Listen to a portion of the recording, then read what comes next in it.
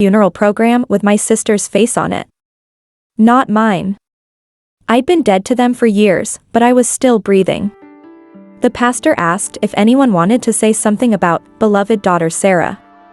I stayed quiet. I'd already said everything I needed to say 3 months ago when I changed my will. My name is Clara. I'm 32. And silence has been my sharpest weapon for longer than they know. 3 weeks before the funeral, Mom called me at 11 p.m. Not to ask how I was doing. Not because she missed me. She needed my signature on the cemetery paperwork since I was technically still the executor of Dad's estate. Clara, honey, we need you to come by tomorrow. Sarah's arrangements are getting complicated. Sarah. My sister who'd been in rehab 4 times in 2 years. My sister who stole my college fund when I was 17. My sister who got the family business handed to her while I worked double shifts to pay my own way through nursing school.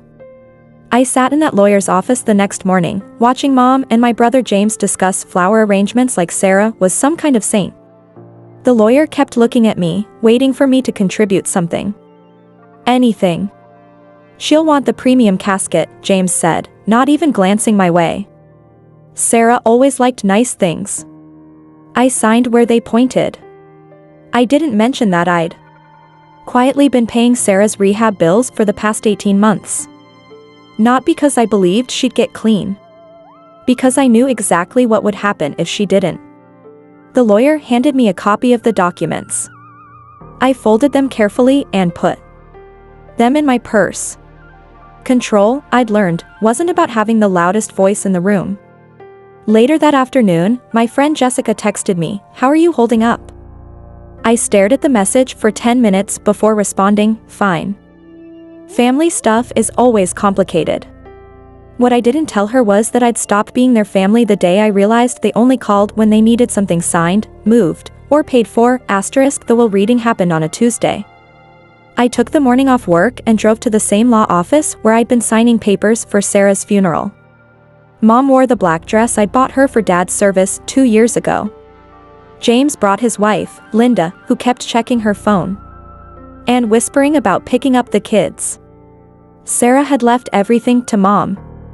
The $30,000 life insurance policy. The car I'd been making payments on for 8 months. Even the jewelry that had originally belonged to our grandmother, jewelry that was supposed to come to me as the oldest daughter.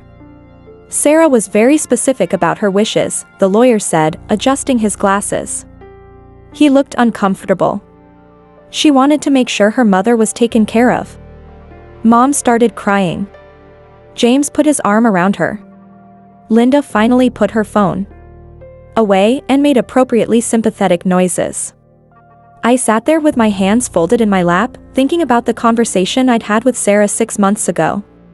She'd called me from rehab, desperate and shaking. "Clara, I need you to help me change some things. Legal things. I'm getting my life together, I swear." I'd helped her. Of course I had. I'd driven to the lawyer's office with her, held her hand while she signed new documents, told her I was proud of her for taking responsibility. What I hadn't mentioned to anyone in that room was that Sarah had signed 2 wills that day.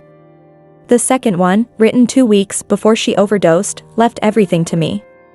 But that envelope was sitting unopened in my safe deposit box. There's also this, the lawyer said, pulling out a sealed letter addressed to the family. Sarah wanted this read after the will. James took it and cleared his throat. My family has always been there for me, especially Mom.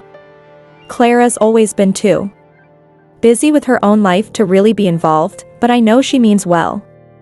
The absence in that room was deafening. Not Sarah's absence. Mine.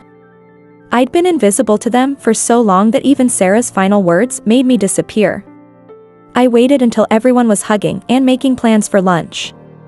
Then I stood up, smoothed my skirt, and walked out.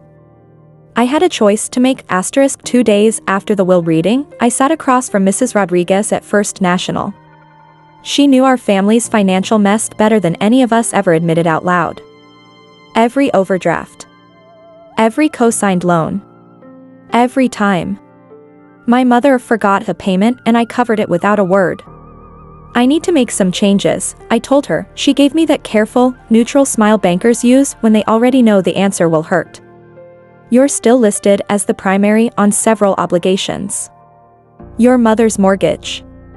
Sarah's car. A few joint credit lines that are still active.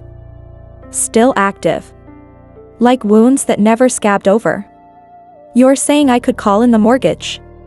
You could, she said.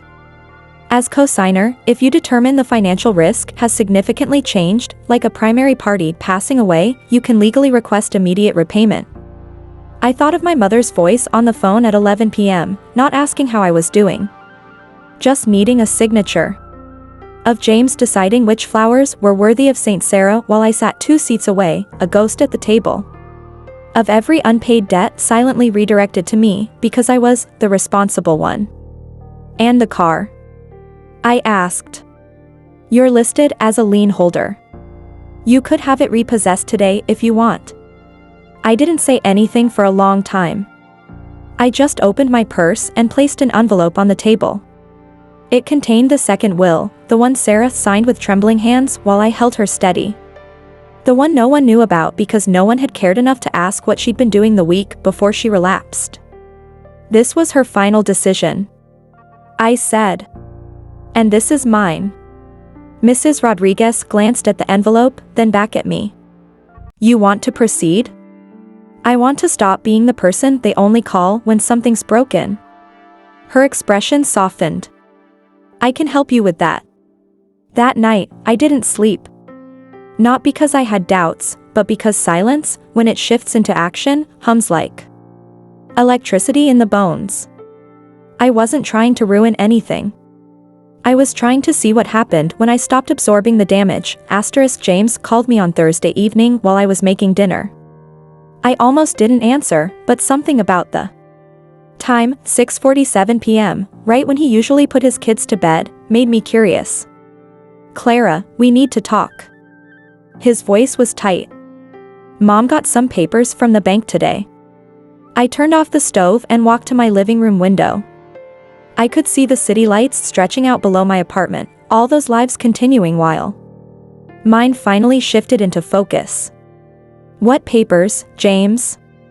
Don't play dumb. You know exactly what papers. The mortgage company wants Mom to pay off the house in full. They're saying something about a cosigner requesting immediate settlement. I sat down in my reading chair, the one I'd bought for myself after Sarah died. The one that faced away from the family photos I'd finally taken down. That's interesting, I said. Maybe Mom should call the bank and ask them to explain the terms of her mortgage. Clara, what the hell is wrong with you? This is Mom we're talking about. She can't afford to pay off the house. She's 68 years old. I thought about all the times Mom had called James first when she needed something.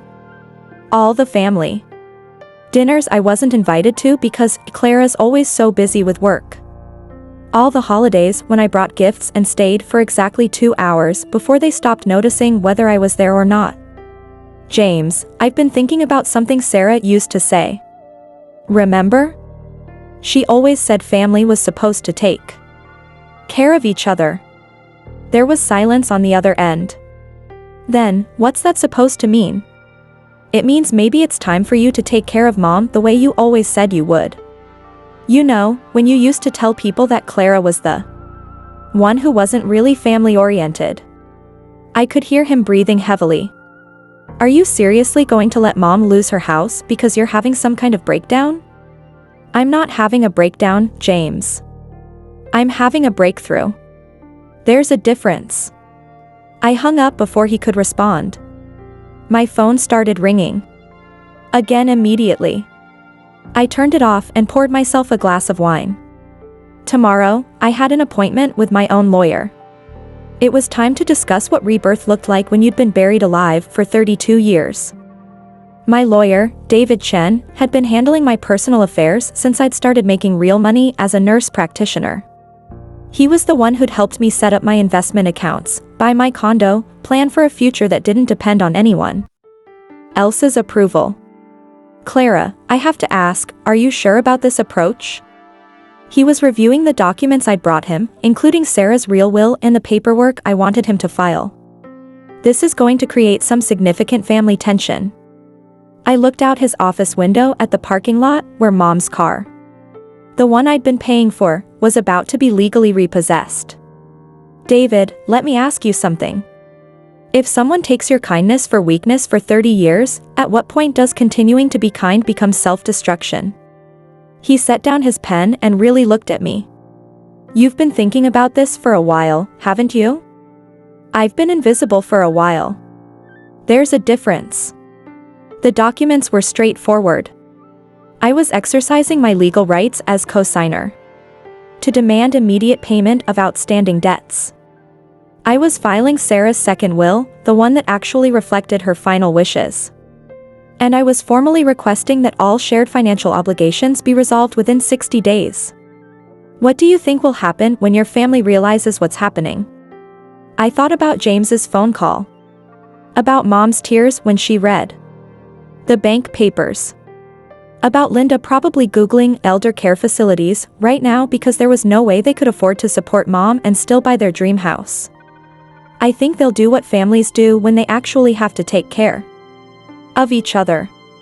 They'll figure it out. David started organizing the papers for filing.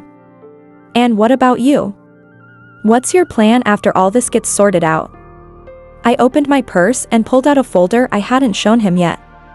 Inside were job applications for nurse practitioner positions in Denver, Seattle, and Portland. Cities where no one knew me as the helpful one, or the sister who never got married, or the one who's always available when we need something. I'm going to disappear, David. Not dramatically. Not with threats or ultimatums. I'm just going to stop being available for people who never really wanted me around anyway. He looked at me with something that might have been respect. That's not disappearing, Clara. That's choosing to exist somewhere else. Linda called me on Saturday morning. Not James. Linda, who once said she didn't trust women who wore flats to family dinners. That told me everything I needed to know about how desperate things had gotten in Clara. Honey, she started with forced warmth. I think there's been some kind of misunderstanding. We were hoping you'd come to dinner tomorrow, so we can all just talk things through. Family emergency disguised as pot roast. I agreed. Sunday dinner was a performance. The kind where everyone forgot their lines but insisted on acting like the show was still going. James answered the door in a tucked-in polo and nervous smile. Linda was chopping herbs in a kitchen that smelled like overcompensation. And Mom? She sat silently in the dining room, already in her usual seat at the head of the table, back straight like a statue. Hi, Clara, she said without looking at me. That was the welcome. We sat down to dry chicken and overcooked rice. Linda kept making comments about the kids' soccer schedules and how expensive private school was getting. James smiled too much. Mom chewed with the grim focus of someone swallowing grief or pride. Maybe both. 20 minutes in, James cleared his throat. Here we go, so, he said, buttering a roll he hadn't touched, we need to talk about this mortgage thing. I said nothing. Mom can't afford to pay it off, he continued, glancing at me like I might interrupt. And obviously Linda and I are already stretched thin with the house, and the twins, and, well, everything. I watched him try to juggle guilt and entitlement in the same sentence. Linda stopped chewing. The silence was itching their skin. We understand you're upset about how things went with Sarah's will, James went on. And maybe we didn't handle things perfectly. But this legal retaliation? It isn't helping anyone. I set down my fork slowly, then looked directly at each of them. You all only started noticing me when I became inconvenient. Mom blinked. James opened his mouth, then shut it again. Linda looked like she was calculating whether her next sentence might cost her a vacation. I'm moving to Seattle, I said. Evenly. I've accepted a position at Swedish Medical. I leave in 6 weeks. The silence that followed wasn't peaceful. It was shocked. Heavy. Like the air had thickened and no one could find oxygen. Clara, Mom finally said, you can't just leave. We need you. That was it. The last note in a decades-long symphony of conditional love. No, Mom. You need access to me. You need my name on documents. My credit on applications. My time when no one else shows up. You don't need me. I stood. Nobody stood with me. You've all taught me something, I said at the door. Need is loud. But want? Want is quiet. I've never been wanted here. And now I don't need to be. In the car, I didn't cry. I didn't flinch. I drove away. Knowing that my silence wasn't passive anymore. It was active. Strategic. Hold **. The moving truck pulled up just after sunrise on a Tuesday in October. I'd picked 8 a.m. deliberately. Most of my neighbors would be at work.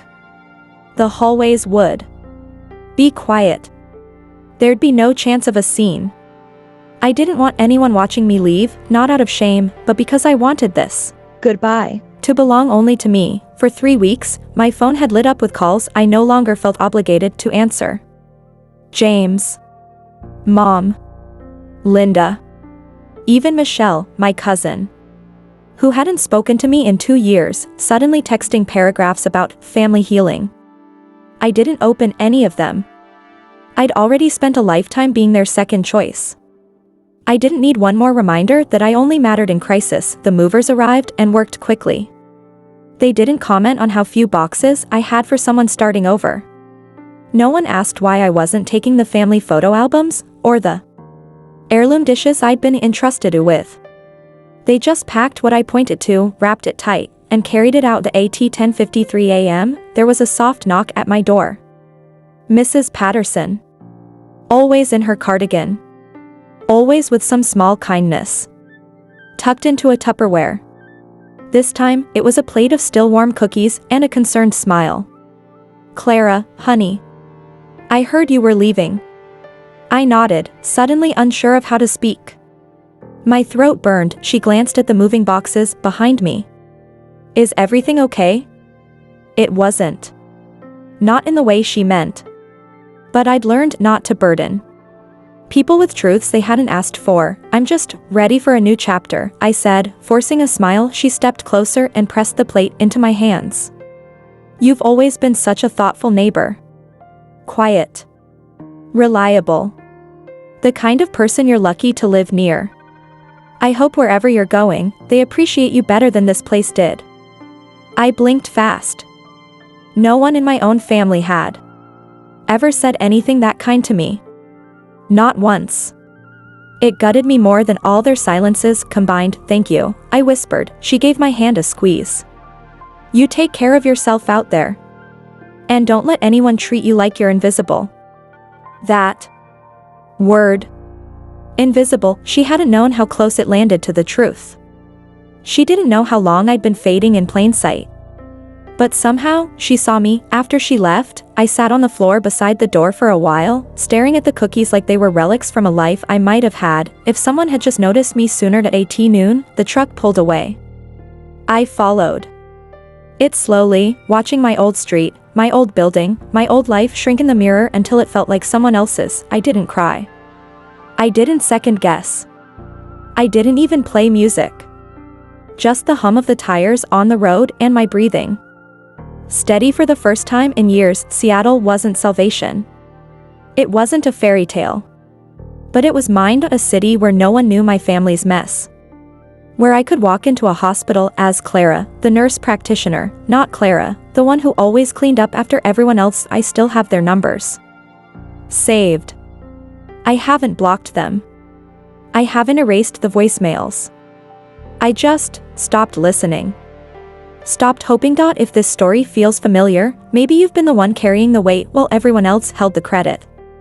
Maybe your name was the emergency contact, but never the first invite. We don't disappear to hurt them. We disappear because we've finally decided to live, and for the first time, I wasn't running away from anything, I was running toward myself. If you've ever sat quietly at a family table, knowing they only see you when they need something, leave a comment. Some of us vanish, not for revenge, but for peace.